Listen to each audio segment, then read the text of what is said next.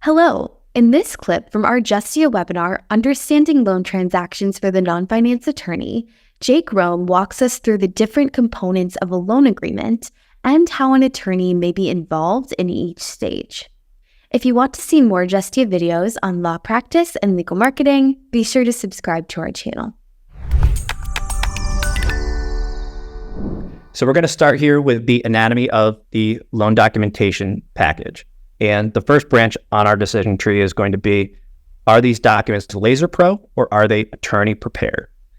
And this is important because whether or not they're Laser Pro or attorney prepared is going to give you some clues into the underlying structure of the deal, what's happened prior to those landing on your desk. You can have a little bit of a sense of background of what exactly is going on in this loan transaction. So Laser Pro are very common and they're used by many banks internally to generate loan documents. So that's the first thing you should understand, is that typically if you see Laser Pro, they're going to be generated by the bank itself. Here, the bankers simply use a program where they enter in the major business terms, and that program then spits out an entire loan documentation practice. It's all industry compliant. Bankers love it because it's low cost, low mental capital expended in preparing these loan documents. So when are these going to be used? Typically small dollar deals. They're going to be a straightforward transaction. There's not going to be any complex securitization going on, no delayed disbursement, maybe one or two delayed draws, but not anything that's going to take a lot of review on an ongoing basis in order to administer the transaction. And because they're PDFs, you can't actually go in and redline these documents. That's another important thing to understand, is if you want to make any modifications to a Laser Pro document, you're going to have to prepare a standalone rider that will be attached at the closing. So again, typically, if you're seeing a loan document package prepared on Laser Pro forms, that's going to be indicia to you that the bank opted not to use outside counsel, and as such, you should understand the mindset of the banker who prepared those documents is going to be a little bit more risk averse. They're not going to want to do a lot of back and forth negotiation, because every decision they make in terms of modifying those documents, you have to understand that they don't have an attorney over their shoulder. So they can't really go to their counsel and say, hey, look, we're negotiating these documents that you didn't perform, and I know that we don't have a contract in place for this deal. Can you advise me on this? That's not really how the process works. Each time that a bank uses outside counsel, typically that contract is going to be negotiated ahead of time. They have a lump sum arrangement or some other fee structure in place. So if they're using Laser Pro, that's not there. You should understand that. So don't take it personally if they push back. You should also know that the SBA prefers to use Laser Pro or some similar form on that. Typically, SBAs are not going to be bespoke documents. So moving on to the attorney prepared documents, that's basically going to be the inverse of the Laser Pro. Typically, these are not going to be PDFs. They're going to be Word documents. It's going to be for large dollar amounts, more complex transactions, lots of competing interests. So if you're looking at a commercial real estate property, you're going to use attorney prepared documents if there's going to be multiple lenders on the property. Maybe you're coming in as the senior debt. There's going to be junior debt, maybe even a mezz lender. All of that has to be negotiated very specifically, especially when you're talking about the same piece of collateral. There's going to be more room for negotiation in attorney prepared documents. We can do more of that wordsmithing that we as attorneys love to do, adding in the word material or reasonable all over the place. That's more doable in this universe compared to the Laser Pro documents. And I say that still against the backdrop of, you have to understand that a lot of due diligence and credit approvals go into getting the document into that final form where you're going to be reviewing it in the first place. But it's important to keep in mind that there's a little bit more play in the joints when we come to attorney prepared. So now we're going to move on to the actual documents. Again, we're going to do this at a very high level, just so you have basic understanding how each one works and how they kind of function together. So starting, we're going to do the loan agreement. This is basically the Bible of the loan transaction. It's going to be the lengthiest document. It's going to set out the key terms, and it's going to paint a picture of what's going on in the transaction and how all these documents which we call ancillary documents, fit together in the scheme of what's going on. So the loan agreement is going to set forth the major business terms. We're talking the amount of the loan, the type of loan. So there's three major types of loans that I want to talk about. So here we're going to go back to what I said earlier about the mortgage. So a term note or term debt is your standard mortgage. So you make a principal and interest payment every month. Usually on a mortgage is going to be a fixed amount, so blended principal and interest over time. The second type is going to be what we call a revolving line of credit. The word revolving basically means once you pay down the principal, you can reborrow it. So think about the credit card that you have. That's a revolving line of credit. And the last one is going to be a non-revolving line of credit, meaning that you get a note, you can borrow up to a certain amount, but once you borrow that amount and you pay it back, you cannot reborrow it. So that's the difference. And the difference between a non-revolving line and a term note would be that the term note is typically going to be dispersed all at once, as opposed to a non-revolving line where you can make draws on it over time. So I kind of touched on the repayment schedule, but those will be set forth in the loan agreement as well. Important thing about a non-revolving line is when do you pay the principal? That will be put forth in the loan agreement. Typically, there's two major ways that you repay principal on a non-revolving line. You should check in the loan agreement to see which one it is. That's important information for your client. So the first way would be at some point the note converts. So you have what's called a draw period. So let's say you get a non-revolving note. You can draw for 36 months as an example. At the end of the 36 months, whatever you've drawn down converts into a term note, and then you get to pay off that term note over time.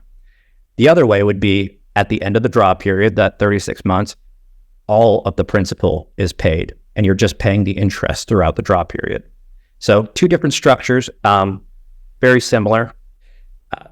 The balance due at maturity is what you're most likely to see in a HELOC. So that would be a good thing to keep in mind and to let your clients know about. So speaking of maturity dates, I've thrown that phrase around a little bit. Maturity date just means typically the date at which everything has to be paid off on the note. So for a revolving line of credit, sometimes you can see that maturity date get renewed over and over again. Typically, that's going to be an ongoing concern between the bank and the borrower. The next thing in the loan agreement, it's going to tell you interest rate. It's going to tell you how is the debt going to be priced. Typically, this is going to be a benchmark. There's very common benchmarks. Up until a few years ago, it was LIBOR. Probably have heard that a lot. Now we have switched to what's called SOFR. It's a much more transparent pricing system than LIBOR was, hence why it's been dispensed with. Other rates that you'll see would be federal funds rate set by the Federal Reserve, prime rate, very similar. So the interest rate is an important one that's going to be set forth in the loan agreement. Next in the loan agreement, we're going to see what constitutes a default and what are the lender's remedies upon default. Defaults, typically the most common one is non-payment. If your borrower doesn't pay, that will constitute a default under the loan agreement. Remedies in a situation like that would be able to accelerate the debt. So if you have a maturity date that's 3 years out, but you're not paying it, well, then the bank or the lender will be able to accelerate the debt. Now it's all due and owing now. Other common defaults will be non-compliance with different financial covenants or reporting requirements under the loan agreement. We'll get to that in a second. Other lender remedies will be things like liquidating collateral. So if you have a mortgage, you're secured against the home, be able to put it into foreclosure, sell it, and recoup some of your losses. So now we're going to turn to another crucial part of the loan agreement, which is reporting requirements and covenants. These basically relate to information that the lender is going to want throughout the course and the term of the loan, and certain behaviors that they want the borrower to either refrain from or comply with throughout the term of the loan.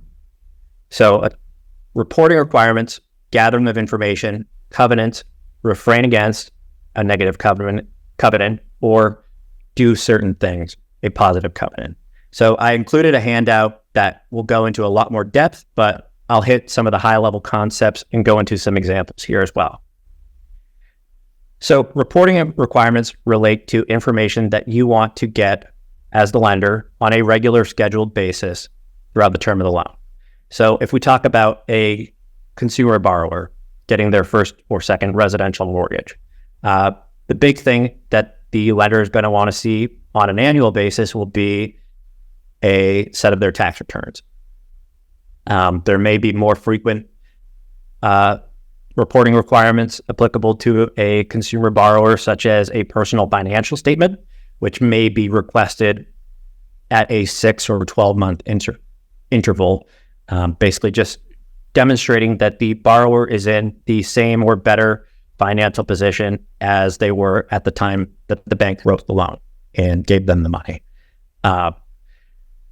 It's important to note that a lot of these covenants and reporting requirements, if the borrower has, for any reason, missed the mark. So typically the way that these will be written will say, without demand or request from the lender, every year after the borrower files their tax returns, but in no event any later than April of every year, because that's when you have to file your tax return. The borrower shall give a copy of their personal tax return, both federal and state, to the lender. If, let's say, May rolls around that year and there's a persuasive reason that the borrower has not been able to file their taxes, maybe they're very complicated, maybe somebody messed up their W-2, then they should, before actually breaching that covenant, because typically there's a little bit of a grace period, reach out to the lender. Usually it's not going to be an issue. But again, here, the more communication that the borrower keeps open with the lender, the better this is going to go. So I talked a little bit about what they might want from a consumer borrower, but if we talk about what kind of information the bank's going to want from a commercial or a corporate borrower, that gets a little bit more in the weeds. So for a corporation, they have much more complex financial statements or financial accounting. So they're typically, the lender is going to want copies of their cash flow, balance, and income or profit and loss statements. So the big three on a rolling basis, maybe monthly, but usually quarterly and then annually. Quarterly financial statements can be usually company prepared, so internally management prepared, or if they have an accounting department, prepared by their accounting department. But the annual financial statements for the trailing 12-month period, typically the lender is going to want to see that they're either reviewed by an independent accounting firm or audited with an unqualified opinion by an independent accounting firm. Other types of financial reporting that they'll want from a commercial borrower, if they have tenants, they'll want to see sort of the payor mix of those tenants. So this might be something that they don't want from a smaller commercial building, but if it's a large commercial building, they'll want to see that their payor mix or their tenant mix is a little bit more diversified, that they're not all the exact same type of tenant. So if that particular sector or industry takes a little bit of a slump, then the commercial property is not going to go under. So that gets a little bit arcane or a little bit esoteric, but that's something to be aware of when they say like a census data or a payor mix. Other financial statements that they might want from a commercial borrower would be if they have a guarantor. Now we're going to look a lot like what we are requesting from a consumer borrower. So things like tax returns, personal financial statements. There may even be covenants that apply to a guarantor. So now we're getting a lot more similar to a residential mortgage. So I mentioned covenants. Let's turn to the covenant. So affirmative covenants will be things like financial covenants. For a individual borrower under either, you usually won't see this in a residential mortgage, but you might, but an individual borrower who's acting as guarantor for a corporate borrower. That would be things like tangible net worth requirements, or a free cash flow requirement for an individual. So you're not getting all your money tied up in, let's say, stocks or bonds, or even less liquid or more illiquid assets, like a 10-year treasuries. Like if you just put all your money in 10-year treasuries one day, that's going to be a problem for the bank. Other financial covenants that will be actually applicable to the corporate borrower will be things like debt service coverage ratios or a fixed charge coverage ratio. So that will basically be testing how much free cash have you generated that is available to cover all of your debt payments for a certain period. So that might be quarterly. We want to see what was your EBITDA for that quarter, and we want to see how much did you generate and how many times could you have paid your debt with that free cash if you had to. So that's just a test of financial health. If we go into more negative covenants, things that you have to refrain from, that's going to be things like if you have an anchor tenant in your building, one that's sort of the lodestar that's going to be supporting a majority of your cash flow, there might be a covenant that says you can't terminate that tenant without first asking for the bank's approval. There's going to be there's going to be covenants that prohibit you from doing prohibited transfers. So if you're a corporate borrower, you can't sell a ton of your stock of a principal. A principal can't sell a ton of his stock to some unrelated third party without the bank's approval. This is because usually in a corporation, there's going to be a couple of key men who really understand the business and who drive a lot of the profits. The bank wants to ensure that those people are going to stay there throughout the term of the loan, or at the very least, if for some reason they have to exit the business, that we're going to have advance warning of it, and we're going to have like a say in the process of who a suitable replacement would be.